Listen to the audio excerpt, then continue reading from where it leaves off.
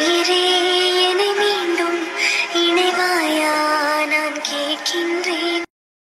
பூரணி சாப்பிடவாம்மா? வாரம் சித்தி. அதை உணர்ந்தேனே நீ இன்றே நான் உதிர்கின்றேன். செந்திரி நீயும் உட்காரு, கையோட சாப்பிடலாம்ல. ஏம்மா நீங்க சாப்பிடுங்க, நான் அப்புறமா சாப்பிடுறேன். ஏமா இப்படியே உட்காந்தா பேசிக்கிட்டே சாப்பிடலாம்ல. பூரணியும் கூப்பிட்டேம்மா வாரேன்னா. நீங்க சாப்பிடுங்க, இட்லி முடிஞ்சிட்டு மறுபடியும் ஒரு தட்டு ஊற்றி வச்சிருக்கேன், நான் 2வது ரவுண்டு சாப்பிட்டுக்கிறேன். ஐயா அப்படியா? எம்மடி அப்ப நீ இது சாப்பிடு, நான் 2வது சாப்பிட்டுக்கிறேன். ஏண்டாம்மா நீ சுகர் மாத்திரை போடணும்ல, நீ சாப்பிடு. ஏட்டி அப்ப வா ஆளுக்கு ஒன்று சாப்பிடுவோம், அதுக்குள்ள வெந்துரும்ல. ஏக்க ஊற்றி வச்சுட்டேன், இன்னும் கொஞ்ச நேரத்துல வெந்துடும், நீங்களாம் சாப்பிடுங்க. அதான் காலையில வச்சு சாம்பார் இருக்கு, வேணா எடுத்துட்டு வரேன். வேண்டாமா, சட்னியே போதும். ஏம்மா சாப்பிடுன்னு. பூரணி என்ன பண்றான்னு பார்த்துட்டு வரேன். சந்திரு அவ எல்லாரும் முன்னாடியும் வர்றதுக்கு கொஞ்சம் அவளுக்கு ஒரு மாதிரி தான் இருக்கும். கொஞ்ச நாளைக்கு அவளுக்கு ஒரு தட்டில் போட்டுட்டு ரூம்ல கொண்டு போய் கொடுத்துட்டு கொஞ்சம் ஆறுதலாக ஏதாவது பேசிட்டு வா. சரிம்மா. பாவம் அவனை நினைச்சு அழுதுகிட்டே தான் இருப்பா, நானும் அதான் நினைச்சேன். சரிம்மா நான் ரூம்க்கே கொண்டு போய் கொடுக்கேன். சரி டி. சந்திரி அம்மா இந்த முத்து பையன் 2 நாளா என் கண்ணிலே படலையே, அது வீட்டுக்கு வாரானா வரலையா தெரியலக்கா. எங்க போனா என்ன ஆனான்ட்டு ஒன்றும் தெரியல. நானும் ஃபோன் அடிச்சு தான் பார்க்கேன், அவனுக்கு லைன் கிடைக்கல. என்னடி இவ்வளவு சாதாரணமா சொல்றா? எங்கேயாவது ஃப்ரெண்டு வீட்டில் இருப்பாங்கக்கா. இவன் என்னம்மா சாதாரணமா ஃப்ரெண்டு வீட்டில் இருப்பான்னு சொல்லிட்டு போறா? வருவான் டி, அவன் சின்ன குழந்தையா வந்துருவான். இப்படிதான் ஒரு நாள் வேலை தேடி போறேன்னு சொல்லாம கொள்ளாம போயிட்டான், 4 நாள் கழிச்சு தான் வந்தான். அதே மாதிரி எங்கேயாவது வேலை தேடி போயிருப்பான், வந்துருவான் வந்தா சரி. இப்படிதான் பிள்ளைகளை கவனிக்காம விட்டுட்டு மறுபடியும் காதலிச்சு ஒரு பிள்ளைய கூட்டு வந்துட்டான். இப்ப 2 நாளை காணுங்காவ, என்னதான் தெரியல. ஒரு பையன் வீட்டுல இல்லைன்னா தேடுவோன்ட்டு கிடையாது. நமக்கு எதுக்கு வம்பு சேம்பு? நல்ல வேளை கடவுள் நமக்கு ஆம்பளை பையனை தரல. தந்துட்டாலும் உங்களை கையில பிடிக்க முடியாது. சாப்பிடுங்க. இம்மா ஐயா முத்து, ஐயா வந்துட்டியா? 2 நாளா ஆளையே காணோம், எங்கேயா போனேன்? இப்பதான் உன் பெரியம்மா கேட்டுட்டு இருந்தா, ஏதோ சொல்லி சமாளிச்சேன். ஐயா எங்க போனாலும் சொல்லிட்டு போய்யா. அம்மாவும் போனுக்கு என்னாச்சு? ஏமா பயந்துட்டீங்களா? பிறகு 2 நாள் பிள்ளையை காணோம்னா பயப்பட முடியாவளா? ஒரு வேலை விஷயமா போயிருந்தேம்மா, போன இடத்துல போனு மிஸ் ஆயிட்டு. என்னது போன் மிஸ் ஆயிட்டா? ஆமாம்மா. ஐயா அம்மைக்கு ஒரு தகவலாவது சொல்லிருக்கலாம் ஐயா. இம்மா நான் ஏதாவது சொல்ல போய் நீங்க ஏதாவது பயந்துக்கிடுவீல்லம்மா, அதான் எதுவும் சொல்லல. ஐயா நீ 2 நாளா எதுவும் தகவல் சொல்லலன்னு தான் அம்மைக்கு பயமா இருந்து. சரி உள்ள வாயா. இம்மா முத்து வந்துட்டான். ஐயா முத்து 2 நாளா ஆளையே காணோம். அம்மாச்சி போன இடத்துல போனு மிஸ் ஆயிட்டு, அதான் எந்த விவரமும் சொல்ல முடியல. இல்ல உன் அம்மா நம்பருமா உனக்கு தெரியாது? யார்ட்டையும் போன வாங்கி ஒரு தகவல் சொன்னா என்ன? 2 நாளா வீட்டுக்கு வரல, ஒரு தகவல் சொன்னா என்ன குறைஞ்சால போயிருவா? இல்ல பெரியம்மா, வேலை தேடி போயிருந்தேன். பாஷை தெரியாத ஊர்ல போய் யாருக்கிட்ட என்ன கேட்க சொல்லுங்க. எல்லாம் விவரமா பேசல, வீட்டுல இருக்கிறவிய பயந்துருப்பாவலன்னு எதுவும் நினைக்காத. உன் இஷ்டத்துக்கு வா, உன் இஷ்டத்துக்கு போ, உன் இஷ்டம் போல இரு. உன்னைய கேட்க யாரு இருக்கா சொல்லு? உங்க அம்மையும் நல்லா உனக்கு சப்போர்ட் பண்ணுதா. அதட்டி வளர்த்திருந்தா நீ ஏன் இப்படி கல்யாணம் பண்ணிட்டு நிக்க போறா? அட்டி சுயம்பு, அவன் வேலை தேடி போனதுக்கும் அவன் கல்யாணத்தை பண்ணிட்டு வந்ததுக்கும் எதுக்கு முடிச்சு போட்டு இருக்கா? நடந்தது நடந்து போச்சு. அவன் தான் சொல்றான்ல செல்போனு தொலைஞ்சு போச்சுன்னு. சத்த கட்டமா சாப்பிட்டுட்டு போய் பாடுங்க. ஐயா முத்து கையை காலை கழுவிட்டு வா, சாப்பிடு. அம்மாச்சி நீங்க சாப்பிடுங்க, குளிக்கல போய் குளிச்சுட்டு வந்துடுறேன். சரியா. ஐயா குளிச்சுட்டு சீக்கிரமா வா, சுட சுட சாப்பிட்டாதான் நல்லா இருக்கும். சரிம்மா. அத்தா இட்லி வேணுமா? போதும் சந்திரு. உனக்கு போதும் டீ. சரிக்கா நீ சாப்பிடு, வேணும்னா எடுத்து போட்டுக்க. பூரணிக்கு போய் சாப்பாடு கொடுத்துட்டு வந்துடுறேன். சரி டீ. எனக்கு வேற வழி தெரியல, ஆசைப்பட்ட மாதிரி வாழை கொடுத்து வைக்கல. என்னைக்கு இருந்தாலும் என்னை தேடி வருவீங்கன்னு நினைச்சேன், ஆனா நீங்க உங்களுக்குன்னு ஒரு புது வாழ்க்கைய அமைச்சுக்கிட்டீங்க. இதுக்கு மேல நான் உயிரோட இருந்து என்ன செய்ய போறேன்? சத்தியமா நீங்க இன்னொரு பொண்ணோட வாழ்றதை என்னால பார்க்க முடியாது. அதையெல்லாம் பார்த்துட்டு தினம் நான் அணுவா சாப்பிடறதுக்கு பதிலா ஒரேடியா செத்துடலாம்.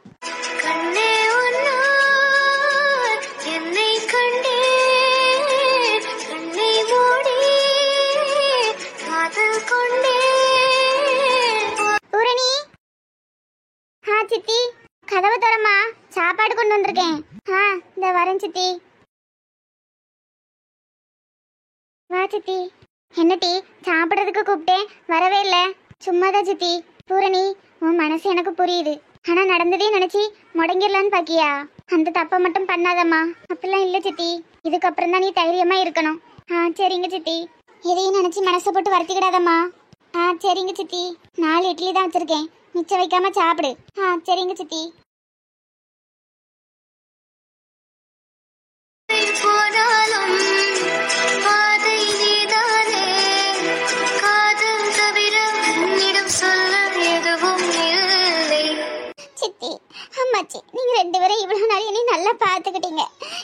மன்னிச்சிருங்க. நினைச்சு நினைச்சு உருகி போன விழுவா முத்து, உன்னை நான் ரொம்ப மிஸ் பண்ணுவேன் அண்ணி. நீங்க எனக்கு ஒரு ஃப்ரெண்டா இருந்தீங்க. உங்களை நான் ரொம்ப மிஸ் பண்ணுவேன் அண்ணி. ஒதிச்சு ஒதிச்சு மறந்து போன அழகா சிவா, இதுதான் நான் நம்ம காதலுக்கு தர பரிசு. இப்பயாவது நான் பணத்துக்கு ஆசைப்படல, உண்மையாதான் காதலிச்சேன்னு புரிஞ்சுக்கிடுவீங்கன்னு நினைக்கிறேன். ஓவனோ என்னை தீண்டும் காற்றின் விரலோ ஏம்மா, நீ மாத்திரை போட்டு படு, நாங்களும் படுக்க போறோம். சரி டி. ஏம்மா, சாப்பிட்டியா? ஆமாம்மா, கொஞ்சோண்டு சுடு தண்ணியும் சுகர் மாத்திரையும் எடுத்து தந்தா போட்டுட்டு படுத்துருவேன். இந்த இருமை எடுத்துட்டு வரேன். பூரணிக்கு சாப்பாடு கொடுத்தியாம்மா? கொடுத்தேம்மா. பாவம், ஒரு மாதிரி இருக்கா. எப்படியாவது அந்த பையனை மறக்கடிச்சு மீனாட்சி பையனுக்கு தான் கல்யாணம் பண்ணி வைக்கணும். என்னம்மா சொல்றா? ஆமாம்மா, இங்க பக்கத்துல உட்காரு. என்னம்மா, அந்த பையனை நினைக்க ஆத்திரத்துல சட்டையை பிடிச்சி கேள்வி கட்டிட்டேம்மா. இம்மா என்ன சொல்லுதா? ஆமாம்மா, அந்த பையன் மேல ஒரு தப்பு இல்லம்மா. அந்த பையனோட அப்பா நம்ம வீட்டுக்கு வந்தாவலாமே. ஆமாம்மா, எங்களையெல்லாம் பூரணி அனுப்பிட்டா. என்ன பேசினான்னு எங்களுக்கே தெரியாது. அதையும் சொல்லி அழுத அந்த பையன். அப்படியம்மா? அப்புறம் ஏம்மா அந்த உடனே அந்த பையனை திட்டிட்டு இருந்தா? வேற ஒன்றும் இல்லம்மா, அந்த பையனாதான் என்னை பத்தி தப்பு தப்பா சொல்லுங்க அம்மாச்சி, அப்பதான் அவன் என்னைய கொஞ்சம் கொஞ்சமா மறப்பா அப்படின்னு சொன்னாம்மா. ரொம்ப நல்ல பையனா இருந்திருக்காம்மா. நம்ம பூரணி தான் கோவத்தால மிஸ் பண்ணிட்டா. என்னம்மா சொல்ற? ஆமாம்மா, அவங்க அப்பா வந்து பேசும்போது அவங்கள அவமானப்படுத்தி அனுப்புனதா சொல்றான். அதனாலதான் அவங்க அப்பா ஆசைப்படி அவங்க அப்பா பார்த்த பொண்ணையே கல்யாணம் பண்ணிக்க சம்மதிச்சதாவும் சொன்னான். அப்புறம் எங்ககிட்ட சத்தியம் வாங்கிக்கிட்டாம்மா. அவ மனசை மாத்தி மீனாட்சி அம்மா பையனுக்கு கல்யாணம் பண்ணி வைப்பீலான்னு கேட்டான். அம்மா, இது மீனாட்சி அம்மாவுக்கு தெரியுமா? தெரியுமா, மீனாட்சியே என் கூட தான் இருந்தா. அவி என்ன சொன்னாவுமா? அவளும் இதுக்கு சம்மதம் தாம்மா சொன்னா. அப்போ ஒன்றும் பிரச்சனை இல்லைம்மா, எப்படியாவது பூரணி மனசை மாத்தி அந்த பையனுக்கே கல்யாணம் பண்ணி கொடுத்துருவோம். ஆனா உடனே எல்லாம் மாத்த முடியாதுமா, கொஞ்ச நாள் ஆகும்ல. ஆமாம்மா. சாணி, சாப்பிட வருவியா? ஏட்டி சத்தியா, ஏட்டி நீங்க ஒரு போட்டோ எடுத்திருந்தா நல்லா இருந்திருக்கோன்னே. ஆமா, பூ வைக்கிறது மட்டும் தான் சொன்னாவ, திடீர்னு நிச்சயதார்த்தமும் பண்ணிட்டாவ, அதனாலதான் போட்டோ எடுக்க முடியல. மொபைல்லையாவது ஒரு போட்டோ எடுத்து வச்சிருக்கலாம் டி. ஏன் ஜானி? என்னன்னு தெரியல டி, பார்க்கணும் போல இருக்கு. கல்யாணம் வேண்டாம், அது வேண்டாம், இது வேண்டாம், நிறுத்த போறேன்னு குதிச்சிட்டு இருந்தேன். இப்ப நம்ம மாப்பிள்ளைய பார்க்கணும் போல இருக்குங்க. அது வந்து காதல் வந்துருச்சோ? சி போட்டி.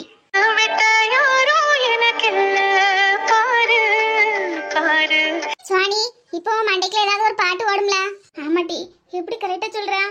எத்தனை படம் பார்த்திருக்கோம். இனி 2 தான், ஒரே பாட்டுல பணக்காராயிருவாவ. நீ கண்டினியூ பண்ணு. ஐயோ, சோரே வெக்கமா வருதே.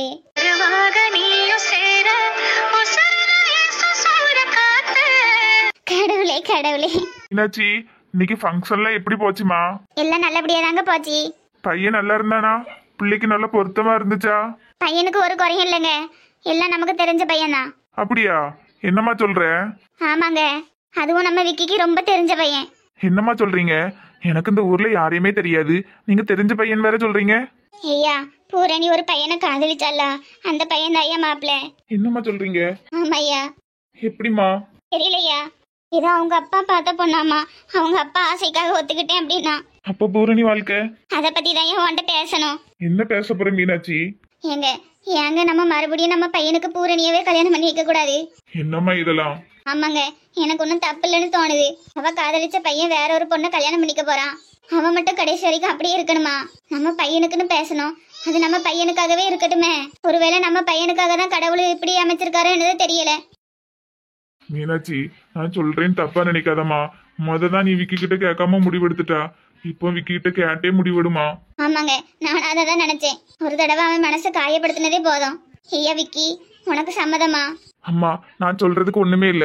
பூரணிக்கு சம்மதம்னா எனக்கு சம்மதம் தான். நீங்க பார்த்த பொண்ணுன்னு நானும் பூரணி மேல ஆசைப்பட்டேமா. நீங்க எதுக்கும் பூரணி கிட்ட கேளுங்கம்மா.